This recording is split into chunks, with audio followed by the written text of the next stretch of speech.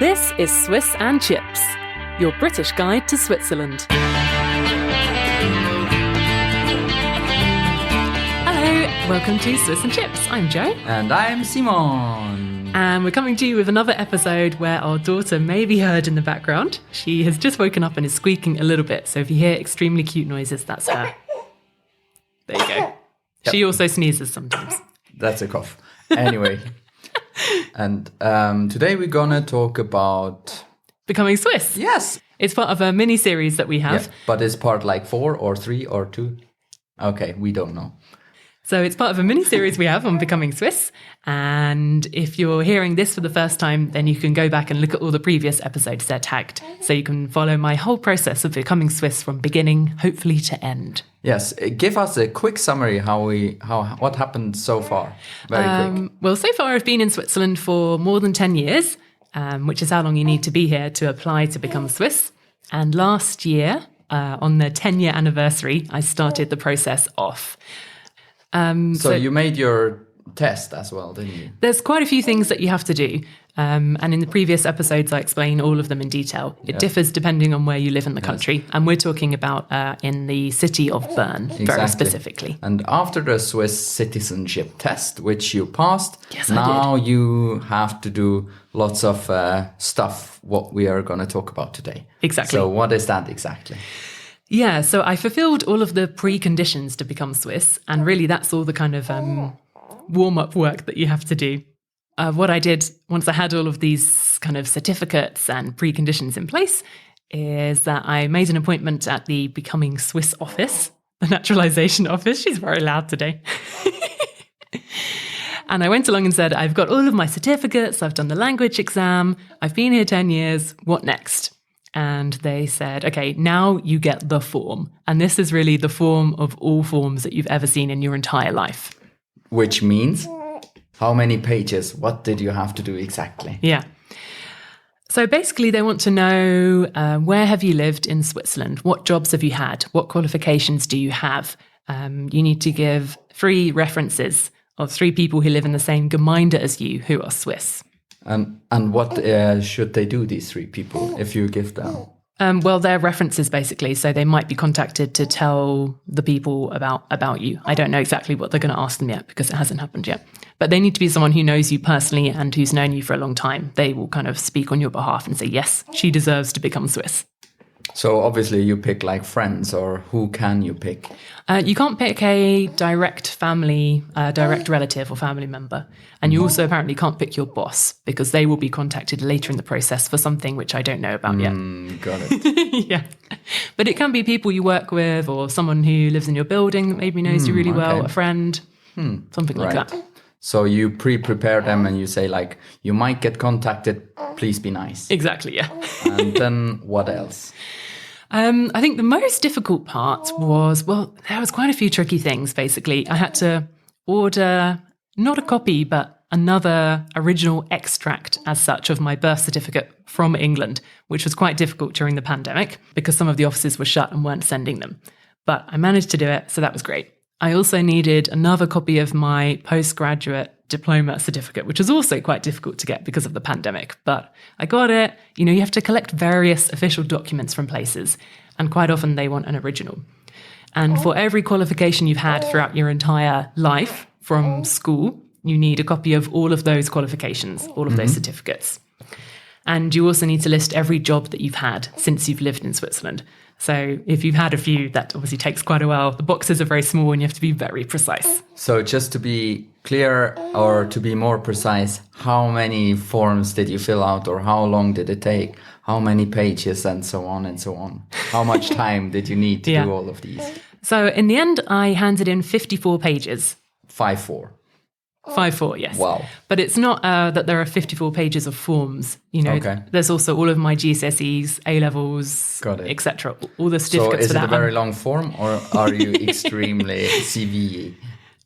Well, when I handed them in the office, the woman did seem quite impressed. Very good. But it could just be because I took my exams at various different places, so I had lots of bits of paper. Right, so all the forms done, and then the next step was? Yes. So the other thing I wanted to say was you also need these kind of certificates to confirm the different places you've lived in Switzerland. Got it, like different Gemeinde. Yeah, or different cantons. I lived in Zurich for a while, so I had to get one from there. And lots of this you have to do by post. So when you think you've met all the preconditions, you go to the Office for Naturalisation and they give you the form and a list of all the things that you need to collect now. And it's new things that weren't listed on their website before. Got it. And they give you a form that you then have to send by post to the place, and they send something back to you by post.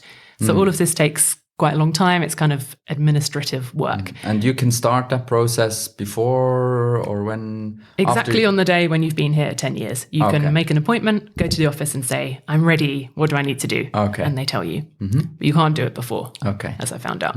So we had lots of bits of paper all over our dining room table for a while I was collecting various things and trying to gather all the bits and bobs together. And I could have done this last year, to be honest, but it takes quite a lot of effort and time to get all the bits together. Anyhow, I finally got all of the bits together. I rang the office again and they said, great, bring it in.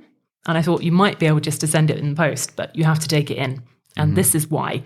When you get there, they go through the form with you, page by every page, turning it over and looking at it in detail.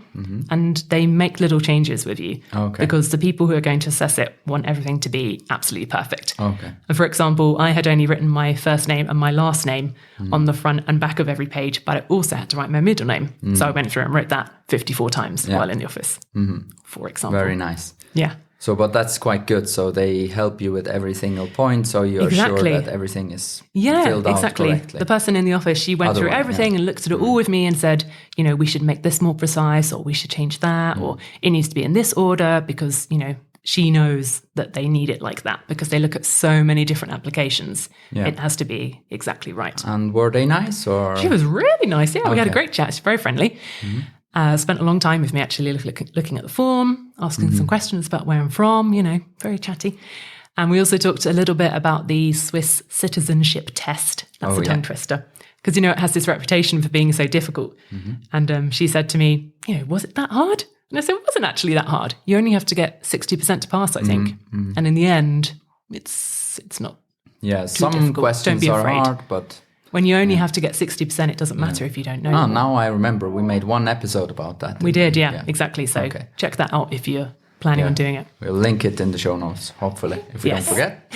So just to sort of bring it to an end, what's happening now is they sent a confirmation in the post to me to say they've got my application. I have a caseworker who's been assigned to me. But because they've had so many applications, they said, don't expect to hear from us for the next 6 months.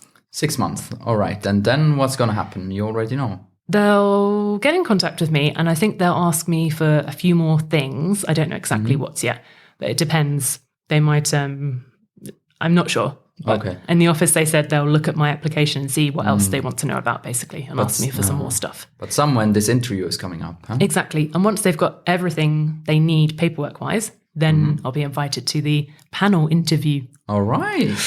Very exciting. Yeah, that will be exciting. We'll definitely keep you posted on that. Yeah. And if anyone has questions or anything, they can send it to us via email at hello@swissandchips.com or just get in touch on Twitter or wherever you want. Also in our Facebook group, which is called Switzerland for English Speakers. Exactly. So then we come to our last bit, which is learning Swiss German with the Swiss and Chips, isn't it? Yeah, exactly. Right. Today, I've got a question for you. Uh-oh. Just so you know, out there, you are listening. Joe doesn't know what I prepare. Prepare is so it seems. Prepare is a bit much said. What I thought we could talk about today. But I've got a question for you. There is, what would you like to hear? One would be for beginners, or the other one would be for extremely advanced. Let's have beginners, first of all. Then someone else we talk about, the advanced one. Okay. The beginners is Häbel. Häbel. Yes, what's a Häbel? Oh, is this going to happen every week? You quiz me on a Swiss German word. Yes. Oh no. Häbel. Is it a stone? Almost. Really? You can eat it.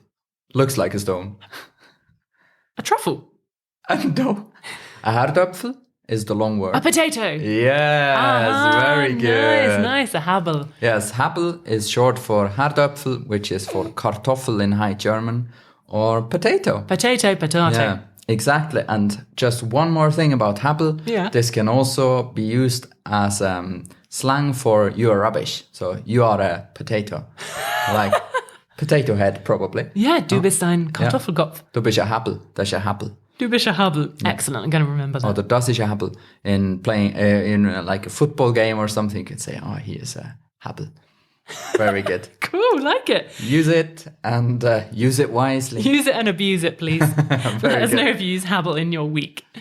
Perfect. Cool, so thanks for listening, and we'll be back soon with another episode of Swiss and Chips. Bye. Bye.